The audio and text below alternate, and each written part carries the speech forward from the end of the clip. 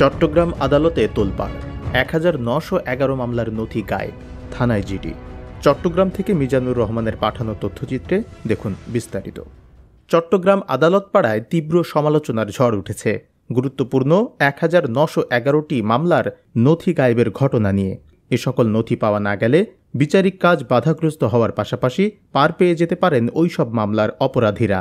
এছাড়াও উক্ত ঘটনায় তীব্র সমালোচনা হচ্ছে চেম্বারগুলোতে। এদিকে নথিগুলোর খোঁজ না পাওয়ায় গেল ৫ জানুয়ারি কোতোয়ালি থানায় জিডি করেছেন চট্টগ্রাম মহানগর দায়রা জজ আদালতের সরকারি পিপি মফিজুল হক ভূঁইয়া। তিনি জিডিতে উল্লেখ করেন, চট্টগ্রাম মহানগর পিপি কার্যালয়ে ২৮ থেকে ৩০টি আদালতের কেস ডকেট রক্ষিত ছিল।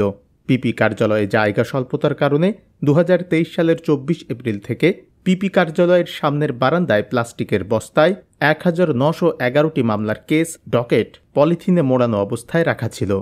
আদালতের অবকাশকালীন ছুটির সময় অফিস বন্ধ থাকায় গত ১৩ ডিসেম্বর থেকে ৩১ ডিসেম্বরের মধ্যে নথিগুলো হারিয়ে গেছে।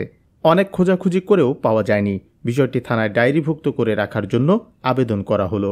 আমরা গত ১২ তারিখ ১২/১২/২৪ ইংরেজি তারিখে অবকাশকালীন ছুটির পরে আমরা যখন ১ তারিখে আসলাম, তখন দেখলাম যে এখানে নথিগুলো নেই বা কাগজগুলো নেই। আমি এখন খোঁজখবর নিয়ে এবং এখানে বন্ধের ভিতর নাকি কন্ট্রাক্টরের কাজ হয়েছে, আমি খোঁজখবর নিয়ে এখন দেখলাম যে এটা জানানোর দরকার, সেই হিসাবে আমি এটা জিডি করেছি। এ বিষয়ে চট্টগ্রাম মহানগর দায়রা জজ আদালতের সরকারি পিপি মফিজুল হক ভূঁইয়া জানান, পিপি কার্যালয়ে জায়গা স্বল্পতার কারণে কার্যালয়ের সামনের বারান্দায় প্লাস্টিকের বস্তায় নথিগুলো পলিথিনে মোড়ানো অবস্থায় রাখা ছিল। আদালতের অবকাশকালীন ছুটির সময় অফিস বন্ধ থাকায় গত ১৩ ডিসেম্বর থেকে ৩১ ডিসেম্বরের মধ্যে নথিগুলো হারিয়ে গেছে। চট্টগ্রাম জেলা আইনজীবী সমিতির সভাপতি নাজিমউদ্দিন চৌধুরী বলেন, আদালতের মতো গুরুত্বপূর্ণ স্থান থেকে মামলার নথি হারিয়ে যাওয়া ছোটখাটো কোনো ঘটনা নয়। এগুলো গায়েব করার পেছনে কে বা কারা জড়িত তা বের করতে হবে।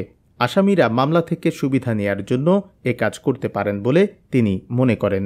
এর জন্য খুব ব্যাড অ্যালার্ম এই কারণে, কারণ বিচারপ্রার্থী মানুষগুলো বিচার সঙ্গে আদালতে আসে।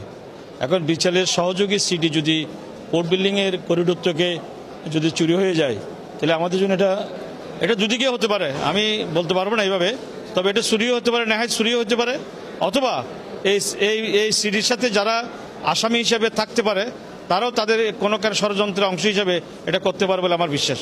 এটা আমি মনে করি যে এটা যাদের দায়িত্বে থাকার কথা তাদের কিছু গাফিলতি রয়েছে। কোতোয়ালি থানার ভারপ্রাপ্ত কর্মকর্তা ওসি আব্দুল করিম বলেন, জিডির বিষয়ে পুলিশ তদন্ত করছে। তদন্ত করে জানা যাবে মূল রহস্য। জবাবদিহি ডেস্ক রিপোর্ট।